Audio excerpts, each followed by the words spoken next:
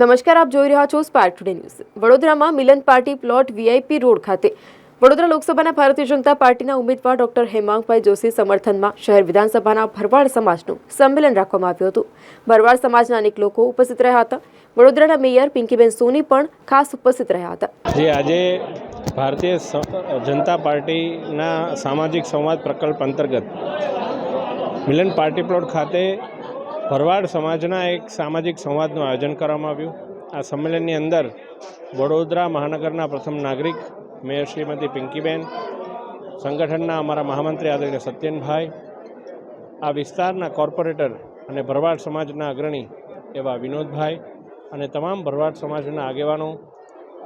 આપણા ભગત ગભરુભાઈ અને મોટી સંખ્યામાં ભરવાડ સમાજ ઉપસ્થિત રહ્યો હતો અને એમની સાથે વિકસિત ભારતના સંકલ્પને લઈ અને મોદી સાહેબના પ્રયાસો વિશે વાત કરી, મતદાન જાગૃતિ વિશે વાત કરી અને હું કશું કહું એ પહેલાં તો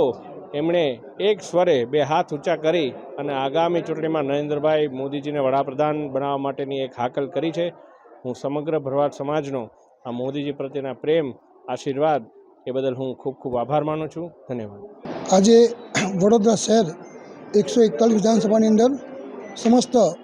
માલધારી ભરવાડ સમાજ દ્વારા એક સંમેલનનું આયોજન કરવામાં આવ્યું। એમાં વડોદરા શહેરના ઉમેદવાર ભારતીય જનતા પાર્ટીના ડૉક્ટર હેમાંગભાઈ જોશી ઉપસ્થિત રહ્યા અને એમને ભરવાડ સમાજે એમને ખાતરી આપી છે કે 100% મતદાન કરીને એમને જંગી બહુમતીથી જીતાડીશું એવું અમારા સૌ સમાજના અગ્રણીઓ અને હું વોર્ડ નંબર 4 કાઉન્સિલર વિનોદભાઈ ભરવાડ અને મારી પૂરી ટીમ તરફથી એમને ખૂબ ખૂબ શુભેચ્છા પાઠવી છે અને જંગી બહુમતીથી વિજય થશે એવી શુભકામના પાઠવી છે। જ્યારે લોકશાહીના મહાપર્વની ઉજવણી ચાલી રહી છે અને હવે મતદાનને ગણતરીના દિવસો જ બાકી છે, ત્યારે વિવિધ સમાજ દ્વારા સામાજિક સંવાદના કાર્યક્રમોનું આયોજન કરવામાં આવી રહ્યું છે। મારા વોર્ડ વિસ્તારમાં આ ભરવાડ સમાજ, કારણ કે મારા સાથી કાઉન્સિલર શ્રી એવા ભરવાડ સમાજના અગ્રણી એવા વિનોદભાઈ ભરવાડ જે મારા સાથી કાઉન્સિલર શ્રી છે અને સાથે શહેર વિધાનસભામાં ભરવાડ સમાજના અઢળક કાર્યકર્તાઓ પણ વર્ષોથી ભારતીય જનતા પાર્ટીમાં પોતાની સેવા આપી રહ્યા છે, ત્યારે ભારતીય જનતા પાર્ટી સાથે ભરવાડ સમાજ વર્ષોથી જોડાયેલો પણ છે અને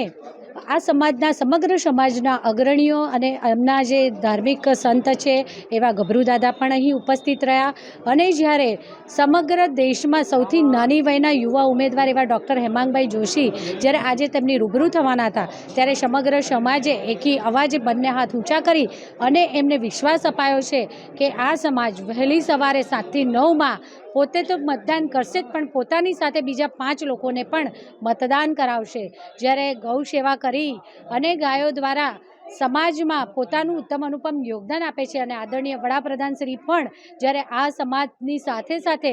પશુપાલકો માટે અને જ્યારે ખેતી પ્રધાન દેશ અને આ સમાજ ખેતી સાથે પણ જોડાયેલો છે, ત્યારે ખેડૂતો માટે પણ અઢળક અનેક યોજનાઓથી આદરણીય વડાપ્રધાન શ્રીના હૃદયમાં ક્યાંક ને ક્યાંક આ સમાજનું અલગ જ સ્થાન છે। ત્યારે આ સમાજના હૃદયમાં પણ આદરણીય વડાપ્રધાન શ્રીનું એટલું જ ઉત્કટ